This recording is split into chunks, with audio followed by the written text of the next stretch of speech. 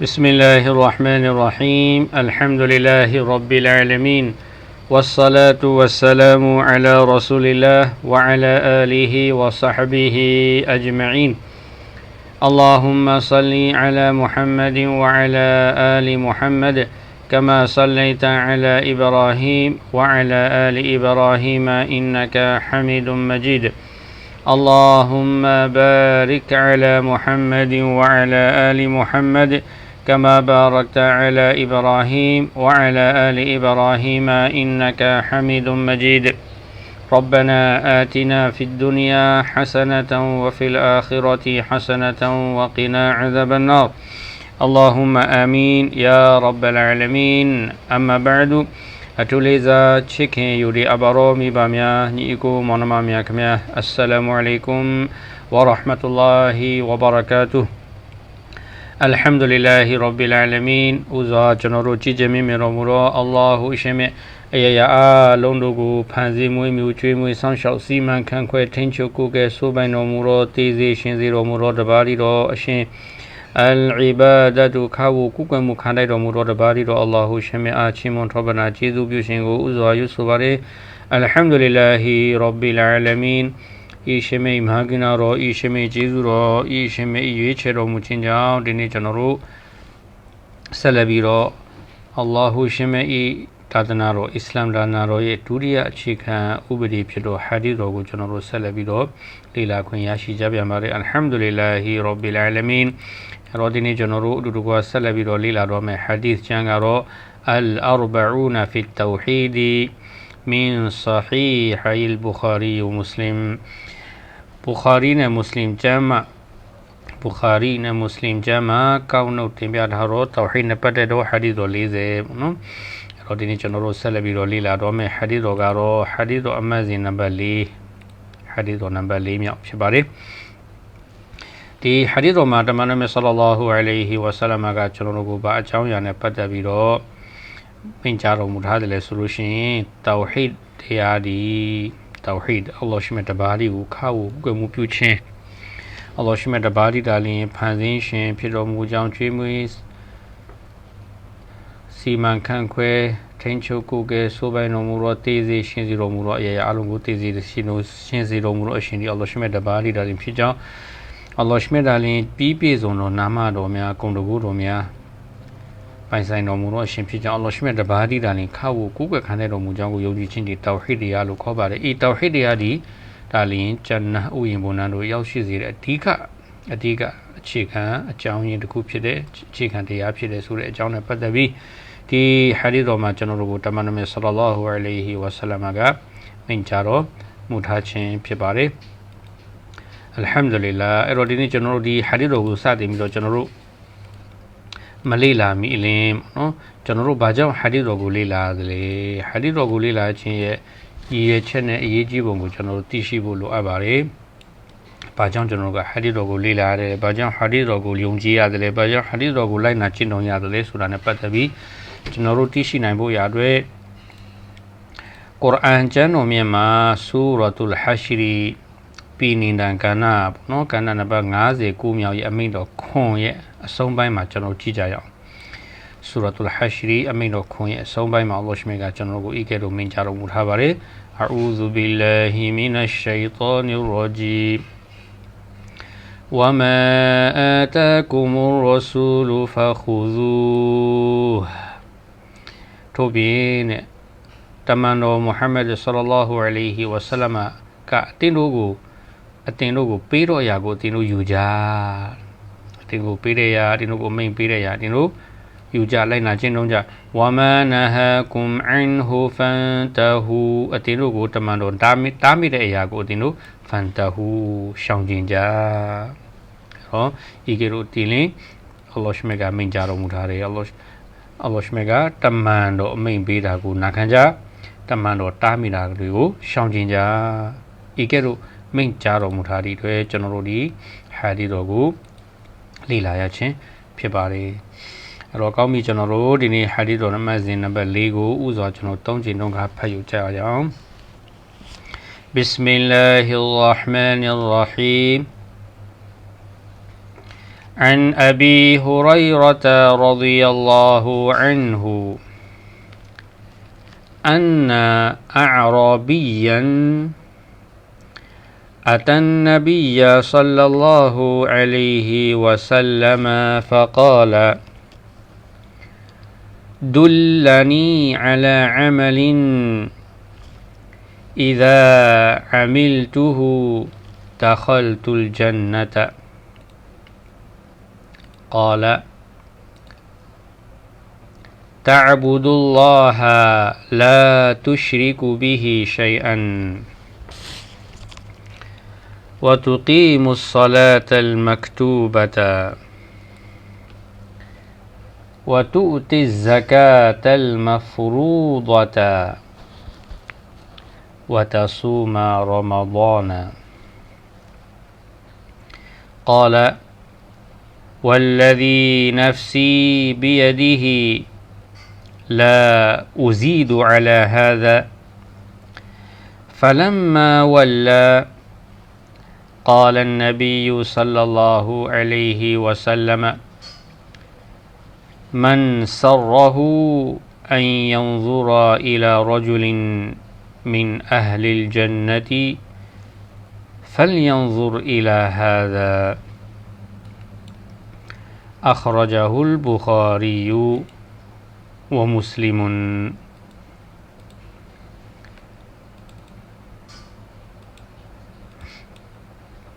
ဒုတိယ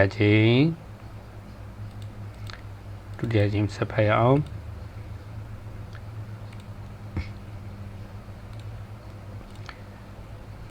عن أبي هريرة رضي الله عنه أن أعرابيا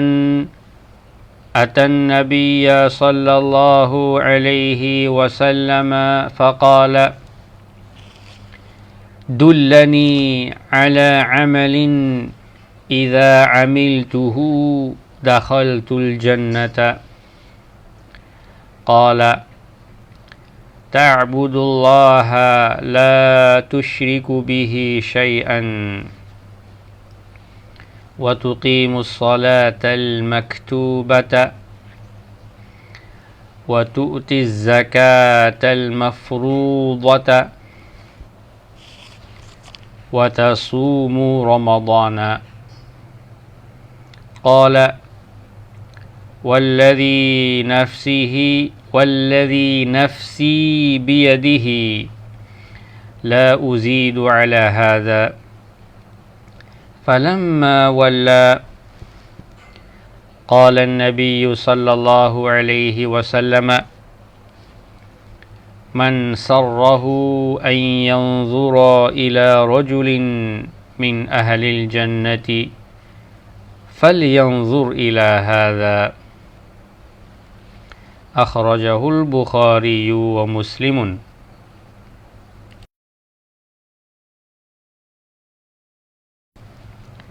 တတိယကြိမ် عن أبي هريرة رضي الله عنه أن أعرابيا أتى النبي صلى الله عليه وسلم فقال دلني على عمل إذا عملته دخلت الجنة قال تعبد الله لا تشرك به شيئا وتقيم الصلاة المكتوبة وتؤتي الزكاة المفروضة وتصوم رمضان قال والذي نفسي بيده لا أزيد على هذا فلما ولى قال النبي صلى الله عليه وسلم من سره أن ينظر إلى رجل من أهل الجنة فلينظر إلى هذا أخرجه البخاري ومسلم Alhamdulillah ကျွန်တော်တို့ဒီဟာဒီတော်မြင့်ကြီးရဲ့အတိတ်ပဲကိုအတူတူပါကြည့်ကြရအောင်ဒီဟာဒီတော်ကိုအန်အဘီဟူရိုင်ရာတာရဒီအလာဟူအန်ဟူဒီဟာဒီတော်ကိုစစ်မြန်ခဲ့တော့ဆဟာဘီယွန်တာဝကကြီးကတော့အဘူဟူရိုင်ရာတာရဒီအလာဟူတာအာလာအန်ဟူစစ်ဖြစ်ပါတယ်သူပါပြောပြတယ်ဆိုလို့ရှိရင်အန်နာအာရဘီယန်အတန်နဘီဆလ္လာလာဟူအလိုင်ဟီဝဆလမ်ဖကာလ်အာရဘီယွန်ဆိုတာကဒီအာရဗ်ကြေးတော်သားပေါ့နော်တဲကန်တိုင်းမှာရေကြီးရမြင့်နုရပေါ့နော်သူတို့ကဒီတဲတွေထိုးပြီးတော့ရေရှိတဲ့နေရာပြောင်းရွှေ့နေထိုင်တဲ့ဒီအာရဗ်ကြေးတော်သားတွေကိုအာရဘီယွန်လို့ခေါ်တယ်အဲ့တော့အဲ့ဒီလိုအာရဘီယွန်ကြေးတော်သားတူဒီအာရဗ်ကြေးတော်သားတူဒီယောက်ကတူကနော်ကြေးတော်သားတူကတမန်တော်မြတ်ဆလ္လာလာဟူအလိုင်ဟီဝဆလမ်ထံတော်တို့လာရောက်ပြီးတော့ဧကေတို့ကရှောက်ထားမိမြန်နေတဲ့ယာရဆူလလာဒုလနီအလာအမလင်အီဇာအမီလ်တူဟူဒခလ်တူလ်ဂျန်နတ်ကျွန်တော်ကိုတဲ့ကောင်းမှုတစ်ခုပြောပြပါလားညွန်ပြပါလားတဲ့အဲ့ဒီကောင်းမှုကိုကျွန်တော်လုပ်လိုက်မယ်ဆိုလို့ရှိရင်ဂျန်နတ်ဥယျာဉ်ဘုံနန်းတို့ရောက်နိုင်တဲ့ကောင်းမှုကိုညွန်ပြပါလားဂျန်နတ်ဥယျာဉ်ဘုံနန်းတို့ရောက်စီနိုင်တဲ့ကောင်းမှုတစ်ခုကျွန်တော်ကျင့်သုံးဖို့ကျွန်တော်လိုက်နာဖို့ပြုလုပ်ဖို့ကျွန်တော်ကိုပြောပြပါလားပြောပြပါဆိုပြီးတော့လာရောက်ပြီးတော့ရှောက်ထားတောင်းဆိုတဲ့အခါမှာတမန်တော်မြတ်ဆလ္လာလာဟူအလိုင်ဟီဝဆလမ်ကသူ့ကိုဂျန်နတ်ဥယျာဉ်ဘုံနန်းတို့ရောက်စီတဲ့ကောင်းမှုတွေကိုမိန့်ကြားတော်မူတယ်နံပါတ်1အဓိကအခြေခံတရားကဘာလဲဆိုလို့ရှိရင်တာအဘူဒူလာဟာအတင်းအလ္လာဟ်ရှ်မြတ်တပါးဒီကိုပဲခါကိုကုကွယ်မှုပြုပါလာတူရှရီကူဘီဟီရှိုင်အန်အရှင်မြတ်နဲ့အတူမီဒီအရာနဲ့အတူပါနိုင်ရှင်မှုမပြုနဲ့ရှစ်ခ်ပေါ့နော်အလ္လာဟ်ရှင်မြတ်အတူပါနိုင်ရှင်ခြင်းမပြုဘဲအလ္လာဟ်ရှ်မြတ်တပါးဒီကိုပဲခါကိုကုကွယ်မှုပြုပါအဲ့တော့တောဟီဒ်တရားပဲတောဟီဒ်တရားဒီဂျန်နာဥယျာဉ်ဘုံနန်းတို့ဝင်ရောက်စေမဲ့အဓိကအခြေခံအကြောင်းရင်းအဓိကအခြေခံတရားဖြစ်တယ်တာအဘူဒူလာဟလာတူရှရီကူဘီဟီရှိုင်အန်အတင်းအလ္လာဟ်ရှ်မြတ်ကိုပဲခါကိုကွယ်မှုပြုအရှင်မြတ်နဲ့အတူမီဒီအရာနဲ့မှတူပါနိုင်ရှင်ကိုယ်ွယ်ချင်းမလုံနဲ့တမန်တော်မြတ်ကတူကိုညွှန်ကြားတယ်ဒါပထမအဓိကအကြောင်းရင်းဂျန်နတ်ဥယျာဉ်ဘုံနန်းဝင်ရောက်စေတယ်အကြောင်းရင်းနံပါတ်2ကဝတူကီမုဆလာတလ်မက်တူဘတာမပြုမနေရတတ်မှတ်ခြင်းခံရထားတော့ဝုပြုမှုဆိုလိုတာကနေ့စဉ်9ချိန်ဝုပြုမှုကိုဝုပြုပါအစ္စလာမ်နာရောရဲ့ဒါပထမမန်နဲ့ဒုတိယမန်နဲ့နော်အဓိကဂျန်နတ်ဥယျာဉ်ဘုံနန်းတို့ရောက်စေတာကပထမမန်နဲ့တောဟီဒ်တရားဖြစ်တယ်ဒုတိယမန်နဲ့ကနေ့စဉ်9ချိန်ဝုပြုဖို့ဝတူကီမုဆလာတလ်မက်တူဘတာဒုတိယဂျန်နတ်ဥယျာဉ်ဘုံနန်းတို့ရောက်စေတဲ့ဒုတိယအကြောင်းရင်းကိုတမန်တော်မြတ်ကသူ့ကိုညွှန်ကြားတော်မူတယ်တတိယအချက်ကတော့ဝတူဥတီဇကာတ်အလ်မဖရူဒတာအတင်ဒီအလ်မက်တူဘတာနဲ့အလ်မဖရူဒတာဒီဘေဒူကိုအလ္လာဟ်ရှ်မြတ်ကမပြုမနေရတတ်မှတ်ထားတဲ့တာဝန်ဖြစ်တဲ့အဇကာတူဇကာတာနာကြီးပေးဆောင်အတင်တာဝန်ဇကာပေးဆောင်ဖို့တာဝန်ထိုက်ပြီဆိုလို့ရှိရင်ဇကာပေးဆောင်ပြီးတော့နံပါတ်4နော်ဇကာပေးဆောင်ခြင်းဒီအစ္စလာမ်လန်နာရဲ့တတိယမန်နိုင်ဖြစ်တဲ့နံပါတ်4ဇရုဒ္ဓမန်နိုင်ကဝါတဆူမူရမာဒါနမြေဥပုသ်တီလာကိုစောင့်ထိန်တမန်တော်မြတ်ကသူကိုဒီအစ္စလာမ်လန်နာရဲ့မန်နိုင်4ရက်ကိုတင်ပြီးတော့မူလိုက်တယ်အဲ့တော့ဒီဟာဒီတော်မှာဟဂျ်မပါဘူးအဲ့တော့ဝလ္လာဟူအလမ်ဒီအာရဘီယွန်တမန်တော်မြတ်ဆလ္လာလာဟူအလိုင်ဟီဝဆလမ်ကိုကဲလို့လာရောက်ရှောက်ထားမိမြန်တဲ့ခါမှာဟဂျ်ကနော်မပြုမနေရတာဝင်အဖြစ်မကြောက်ရောက်တယ်လို့လေနော်ဖြစ်ကောင်းဖြစ်နိုင်တယ်ဝလ္လာဟူအလမ်အဲ့တော့ဒီဟာဒီတော်မှာသူအာရဘီယွန်ကြေးတော်တာအာရဗ်ကြေးတော်တာကိုတမန်တော်မြတ်က4ချက်တင်ပေးလိုက်တယ်အဓိကကတော့တောဟီဒ်ပထမနော်တောဟီဒ်ကအခြေခံပဲတောဟီဒ်မမှန်ကန်ဘူးဆိုလို့ရှိရင်ကျန်တဲ့အဟ်ကမ်ဒီခါဝကွမှုတွေဥပဒေတွေကလည်းမှန်ကန်မှာမဟုတ်ဘူးတောဟီဒ်မှန်ကန်မှဒါလည်းအခြေခံအုံမြင့်မှန်ကန်မှအဲ့ဒီအခြေခံအုံမြင့်ပေါ်မှာတည်ဆောက်ထားတဲ့ဥပြုမှုတွေဇကာပေးဆောင်ခြင်းတွေရမဒန်ဥပုသ်တီလာဆောင်နေဟဂျ်ပြုခြင်းတွေကမှန်ကန်မှာဖြစ်တယ်အဲ့တော့တောဟီဒ်တရားဒီဂျန်နတ်ဥယျာဉ်ဘုံနန်းတို့ရောက်စေတယ်ဒီကအကြောင်းရင်းဖြစ်တယ်အဲ့ဒီကြေးတော်သားကိုတမန်တော်မြတ်ကထိုကဲ့သို့ဖြေပေးလိုက်တဲ့နောက်မှာသူကစိတ်ကျဉ်းမှုရပြီးတော့ ပြန်လက်ထွက်သွားတယ်ဖလမ်မာဝလာနော်လက်မထွက်ခင်သူဘာပြောတယ်လဲဆိုလို့ရှိရင်ဝလ္လဒီနဖ်စီဘီယဒီဟီလာဥဇီဒူအလာဟာဇာချိန်ပြီးတော့နော်ကျွန်တော်ရဲ့ဝိညာဉ်ကိုတဲ့မိမိရဲ့လက်တော်မှာပိုင်ဆိုင်တဲ့အရှင်မြတ်ဖြင့်ချိန်ဆိုပါ၏ဝိညာဉ်လူရဲ့အသက်ဆိုအလ္လာဟ်ရှမြတ်လက်တော်မှာအလ္လာဟ်ရှမြတ်ပိုင်ဆိုင်တော်မူတယ်အဲ့တော့အလ္လာဟ်ရှမြတ်ဖြင့်တော့ချိန်ပြီးတော့သူဘာပြောတယ်လဲဆိုလို့ရှိရင်လာဥဇီဒူအလာဟာဇာတမန်တော်မြတ်ဆလ္လာလာဟူအလိုင်ဟီဝါဆလမ်ကျွန်တော်ကိုအခုမာဒန်စကားမိန့်ကြားလိုက်တဲ့အရာပို့ပြီးကျွန်တော်မလုပ်ဘူးဒါတွေကိုပဲကျွန်တော်လုပ်မယ်တဲ့လို့ပြောပြီးတော့ထွက်သွားတယ်ဖလမ်မာဝလာသူနောက်ပြန်လက်ထွက်သွားတဲ့အခါမှာတမန်တော်မြတ်ကကာလန်နဘီယူဆလ္လာလာဟူအလိုင်ဟီဝါဆလမ်တမန်တော်မြတ်ကဤကဲ့သို့မိန့်တော်မူတယ်တဲ့အဲ့ဒီကြေတော်တာထွက်သွားပြီးတဲ့နောက်မှာတမန်တော်မြတ်ကမိန့်တော်မူတယ်အဲ့တော့တမန်တော်မြတ်မိန့်တော်မူခဲ့တာကိုကြားခဲ့ရတဲ့ဆာဟဘီတူကအပါဝင်တူကတော့အဘူဟူရိုင်ရာရာဒီအလ္လာဟူတအာလာဟူတို့ကပြန်ပြောပြတယ်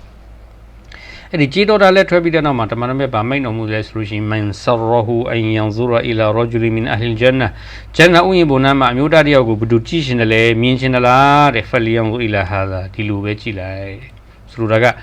ငါတမန်တော်မြတ်မာတန်းလိုက်တဲ့အရာတွေကိုသူကပြုတ်လို့မယ်ဆိုလို့ရှိရင်မုတ်ချတူဂျန်နာဥယျာဉ်ဘုံနာတို့ရောက်ရှိနိုင်မှာဖြစ်တယ်ဆိုတဲ့သဘောတရားနော်ဆူဘာနလ္လာတမန်တော်မြတ်ကဤလူဒီမုတ်ချဂျန်နာဥယျာဉ်ဘုံနာတို့ရောက်မယ်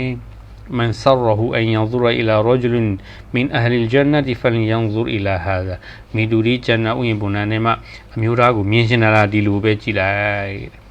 ဆိုပြီးတော့တမန်တော်မြတ်ကမိန့်ကြားတော်မူခဲ့တဲ့ဘူခါရီဂျန်နဲ့မွတ်စလင်ဂျန်နဲ့မှာဤဟာဒီတော်ကိုကျွန်တော်တို့တွေ့မြင်နိုင်ပါတယ်ဒါမှန်ကန်ခိုင်လုံတဲ့ဟာဒီတော်တစ်ပုဒ်ဖြစ်ပါတယ်အဲ့တော့အတ္တဝဟီဒ်ရာဒီဂျန်နာဥယျာဉ်ဘုံနံတို့ရောက်စေနိုင်တော့အဓိကအခြေခံတရားဖြစ်တယ်အဲ့တော့ဆန့်ကျင်ဘက်ကပါလေကျွန်တော်တို့ကိုဂျန်နာဥယျာဉ်ဘုံနံမှာကင်းဝေးစေပြီးငရဲမီတို့ရောက်စေတာကတော့အရှရ်ကူတောဟီဒ်ရဲ့ဆန့်ကျင်ဘက်ကအရှရ်ကူဘီလာနာအူဇ်ဘီလာအလ္လာဟူရှင်မြတ်တူပါနိုင်ရှင်ကိုယ်ွယ်မှုပြုခြင်းဖြစ်တယ်ဆူဘဟာနလ္လာဒီလိုကြောင့်အလ္လာဟ်ရှမြတ်ကကျွန်တော်တို့ကိုလာအီလာဟ်အီလာလ္လာဟ်မုဟမ္မဒ်ရဆူလ္လာတောဟီဒ်ရဲ့ချီးမြှင့်ထားခြင်းဒီအလွန်တရာမှကြီးမားလာတဲ့ကျေးဇူးတော်ကြီးဖြစ်တယ်အဲ့တော့ဒီဟာဒီတော်မှာကျွန်တော်လေ့လာသိရှိရတဲ့အကျိုးကျေးဇူးများအ ਨੇ ကတော့နော်တောဟီဒ်ရာဒီဂျန်နာဥယျာဉ်ဘုံနံတို့ဝင်ရောက်စေတဲ့ဒီကအခြေခံအကြောင်းရင်းဖြစ်တဲ့အခြေခံတရားဖြစ်တယ်ဆိုတာကျွန်တော်သိရှိရတယ်တောဟီဒ်ဆိုဒီမှာအလ္လာဟ်ရှမြတ်တပါးတည်းတာလင်အေးရာလုံးတို့ကိုဖန်ဆင်းမွေးမြူကျွေးမွေးဆောင်ရှောက်စီမံခန့်ခွဲထိန်းချုပ်ကိုယ်ကတေးစေရှင်းစေတော်မူသောအရှင်ဖြစ်ကြောင်းယုံကြည်ခြင်းအလ္လာဟ်ရှမြတ်တာလင်ပြီးပြည့်စုံသောနာမတော်များဂုဏ်တကူတော်များရှိတော်မူသောအရှင်ဖြစ်ကြောင်းယုံကြည်ခြင်းနံပါတ်3ကအလ္လာဟ်ရှမြတ်တပါးတည်းတာလင်ခါဝကိုခန့်တဲ့တော်မူကြောင်းနော်အလ္လာဟ်ရှမြတ်တပါးတည်းတာလင်ခါဝကိုခန့်တဲ့တော်မူကြောင်းယုံကြည်ခြင်းဆိုတဲ့တောဟီဒ်တရားကကျွန်တော်တို့ကိုဂျန်နာဥယျာဉ်ဘုံနံတို့ရောက်စေနိုင်တဲ့အဓိကအကြောင်းရင်းအခြေခံအကြောင်းရင်းဖြစ်တယ်ဆိုတာကျွန်တော်သိရှိရတယ်တို့ကဲ့သို့ပဲဆန့်ကျင်ဘက်ကတော့เนาะကျွန်တော်တို့ဒီငရဲမီတို့အရှရ်ကူဒီဂျဟန်နမ်ငရဲမီတို့ရောက်စေတယ်အဓိကအကြောင်းရင်းဖြစ်တယ်ဆိုတာလေဟုတ်လားကျွန်တော်တို့မဖဟူမုလ်မူခါလာဖာလို့ခေါ်တာပေါ့နော်ဆန့်ကျင်ဘက်ကျွန်တော်တဘောပေါက်နားလဲတာဒီငရဲမီတို့တောဟီဒ်တရားကဂျန်နာဥယျာဉ်ဘုံနံတို့ရောက်စေတဲ့အဓိကအကြောင်းရင်းဖြစ်တယ်ဆိုလို့ရှိရင်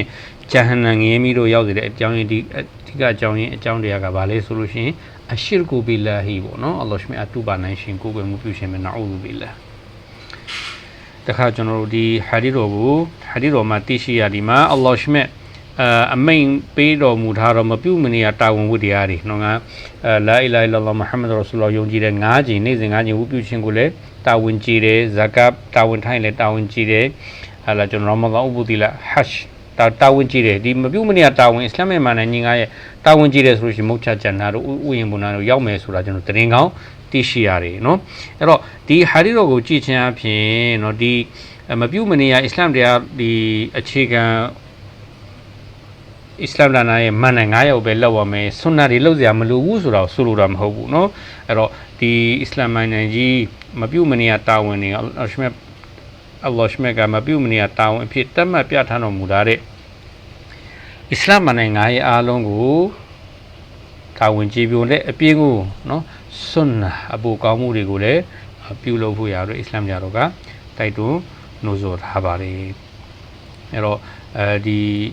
Mapumania Islam Lanaro Manajimiagu. Tawon Jimmy solution, Jibun solution, Mocha Chana, Uyambunano, Yashi Mesura, Tishiare, Daga solution, Yonjidu Mimia, Dringown, Pashim Chivare, Tigajan, Tauhidiari, General